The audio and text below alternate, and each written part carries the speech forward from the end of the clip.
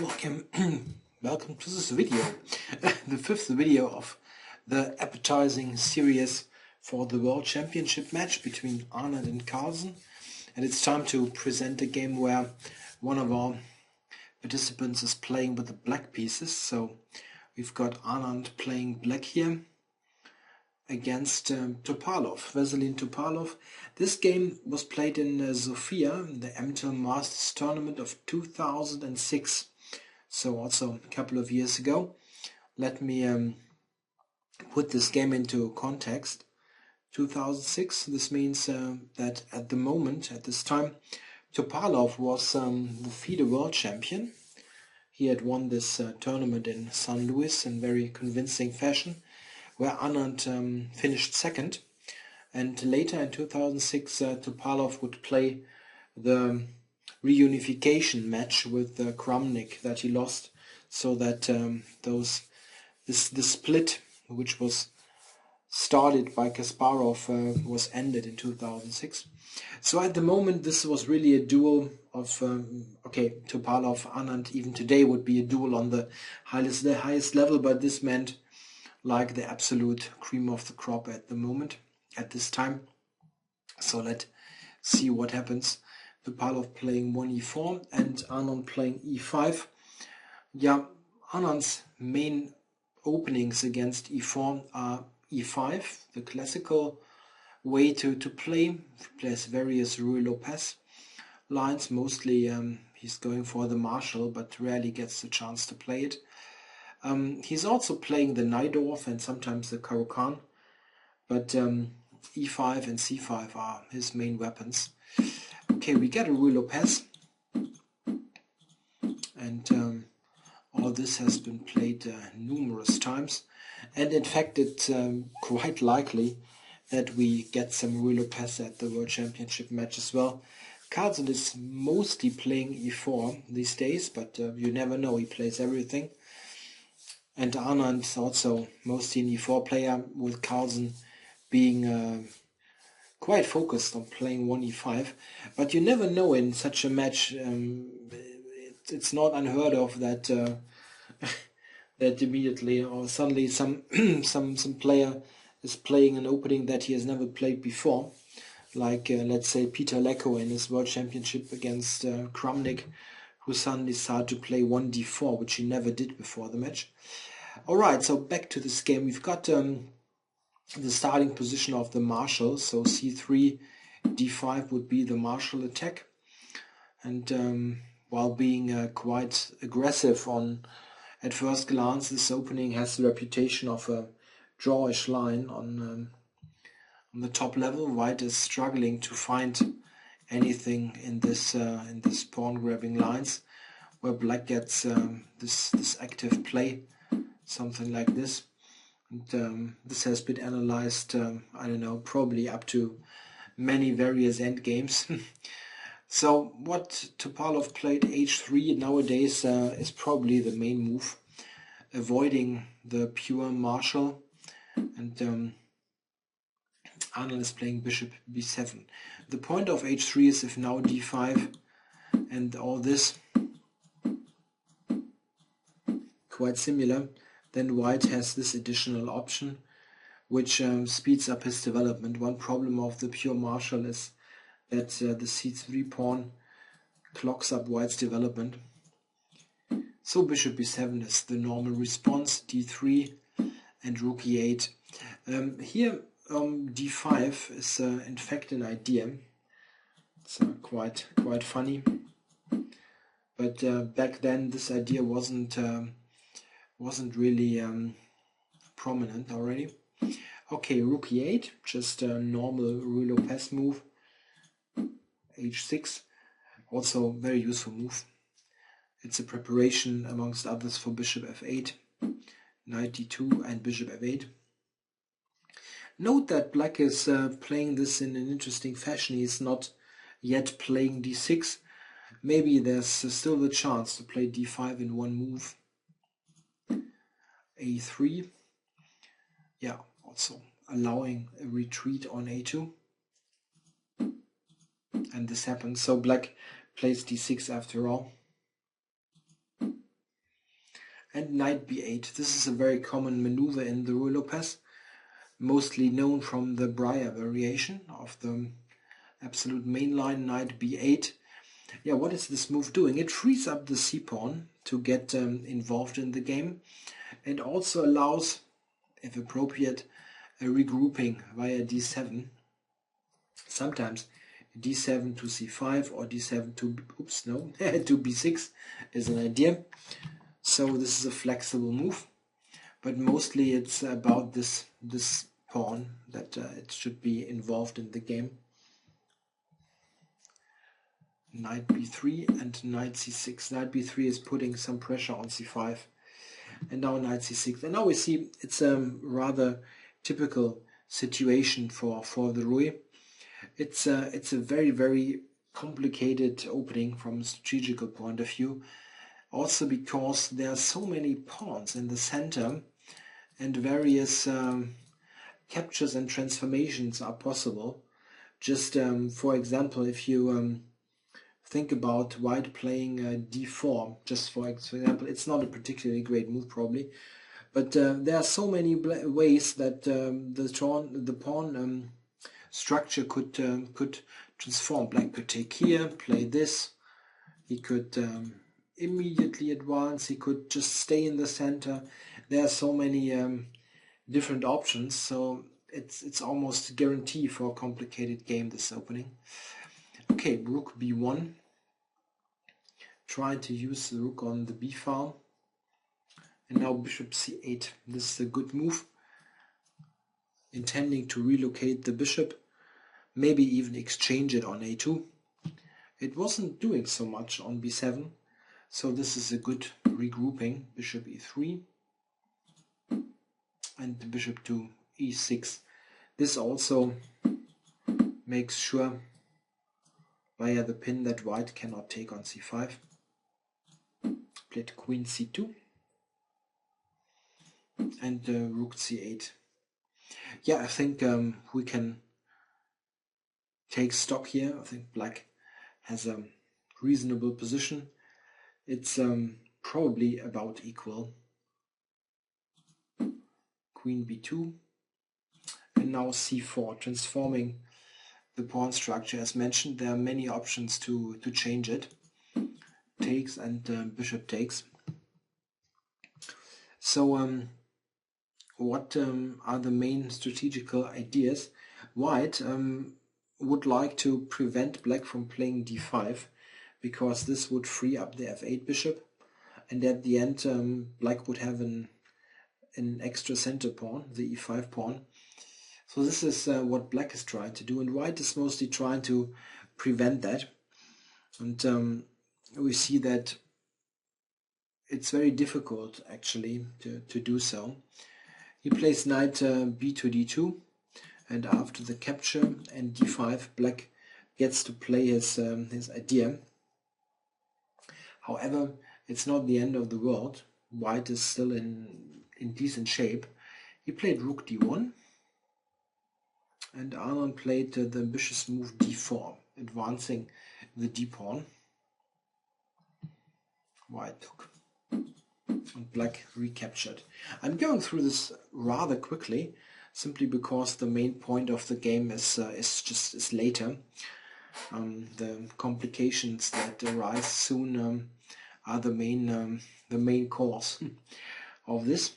So yeah, what should white do now? We see that in the d-file here there's a rather tense situation where the rook is opposed to the queen.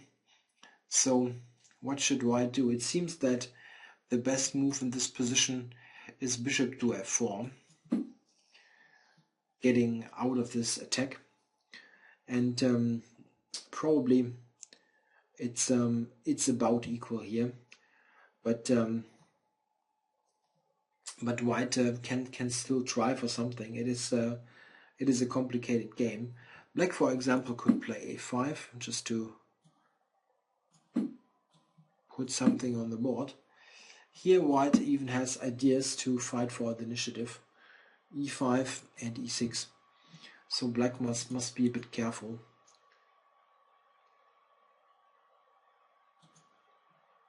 maybe a somewhat slower move like Queen d7 is the better choice. Just centralizing pieces and continuing to improve your position. White has one problem. If he plays knight b3, there's always e4 hanging. So maybe it's a good idea to use the queen to protect it. And then, and then try for knight b3 to increase the pressure. This is a complex position. Not much going on is wrong. I mean, there's the equilibrium not really has been disturbed. Knight b3, however, played by Topalov, and now it gets very tricky. Anand took the e4 pawn. You can take a central pawn. You should always seriously consider to do that. And now, exactly now, we got the critical position of this game. What should White do here? Maybe you can try to analyze a bit for yourself if you would like to stop the video. It's not exercise or a puzzle in the purest sense, but try to figure out what happens on the various captures on d4 and if they are playable.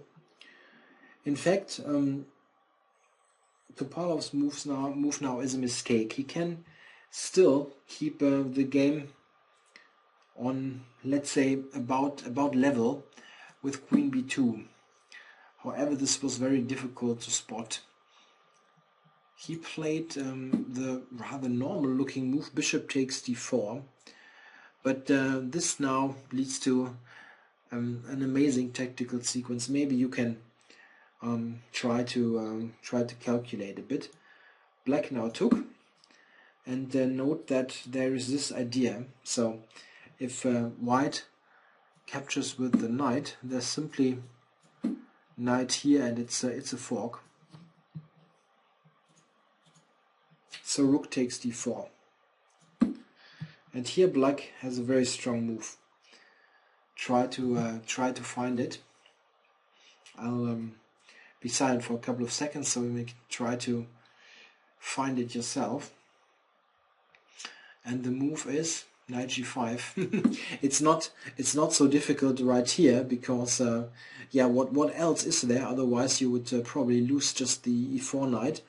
But Anand had calculated this far earlier, and yeah, what's the point? The queen is saying if White takes the queen, there's check. This much, this going check on, and Black has rook dd1 coming, and this is already a win. No way that White is going to survive this hailstorm of checks, both rooks being active. This is just a very weak king position. So it cannot take the queen. So what is White supposed to do? If you take on g5, you check. Simply blunder the house. So he played knight d5, and at first glance it doesn't really look too problematic. But there's an amazing point here. Anand now played the very strong, and you could pause again if you like. Check. The very strong knight takes h3 check. And yeah, what's the point? If White takes, there's queen g5. This check. Happened in the game. Yeah, White could, theoretically speaking, move the king, but yeah, who's going to do that? Black can just play queen g5, knight f3, queen f6, and keep the extra pawn with a good position to boot. So he took it. Check. Queen g5 check, and king h2. And at this moment you could think, surely rook takes e5, right? But what happens after f4? Has Anand overlooked something?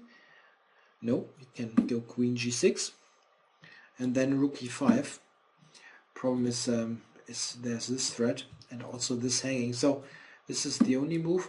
check, And this line, however, if you look at this, check, in this position, black is probably winning in the long run, but it's still work to do. In the game, however, Anand didn't take on e5 because there is a much stronger move, and to see that beforehand is really excellent. He played queen f5, and this is very, very strong. What's the point? Yeah, there's a double threat now. There's rook takes e5 without any harassment of f4, and there's the even bigger threat, rook c2, breaking through on f2. At the same time, the queen is eyeing this pawn, so it's a big threat. And yeah, still e5 hanging. What should white do? White could try that move, covering e5, but then there's the very direct rook takes e5, queen e5, check, and this one at the end, and white is completely busted, threatening mate, and there's no defense. This duo here is this king is nicely defended by the bishop, so black is just enjoying a mating attack with a rook down, but white has all pieces near the king, but they are not coordinated at all. This is queen e2. Topalov played rook e4, and yeah, what now? Again, this is protected, and there's no rook c2. Has Anand overlooked something? Nope. There's another sacrifice. Rook takes e5, rook takes e5, and bishop d6, setting up a pin. The bishop, which only had a defensive role just a moment ago, now enters the game, and with decisive effect. This is just a deadly pin. How should white cover e5? If you go here, then there's check, again this check, business, and there's no perpetual. check, Can give a couple of checks, check, but at the end there's f5, and this is too much. So it's a pin, and white is not coordinated at all. He played knight to c5. Now Anand just took it. King g2, and now the finishing touch, rook c6, the good old rook lift, activating the rook in the attack, and all black's pieces attack while this knight is a bit offside. And yeah, white played queen b3, check, king f1, and bishop g3, and here Topalov resigned the game. There is absolutely nothing white could do. This is hanging with check. There's a mate threat, and white has absolutely no counterplay. So a really drastic loss for the world champion at that time, Topalov being the FIDE world champion. I think what I always liked about this game is that it's such an out of the blue tactic.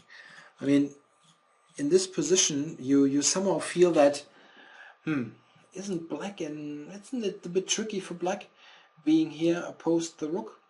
And somehow, quite out of the blue, there is this tactical hailstorm coming down on white, which you really don't expect to happen. It's all based on one factor: the knight on b3 and the queen on a2. Those tactical skirmishes that are very much favorable for one side very often are caused by the queen, especially the queen being offside. I mean, just imagine, it's pure theoretical thing, but the queen would be on d2 or somewhere else, just on d2, on b2, and it would help in the defense, but or cover the first rank. the queen is on a2, and on the a2 it's unprotected and it's not really taking part in the game. So in fact, after knight g5, it's already losing for white. There's no way to save the game. Everything's hanging by a thread here, and it's one of the most out of the blue tactical shots that I know. So it shows a remarkable strength of Anand. He's a very good tactical player. If it's complicated and dynamic, he's very rarely missing things. So a really nice quick win with black against a very strong opponent. I hope you enjoyed the game. Maybe you could do a bit of calculating yourself. Alright, until tomorrow.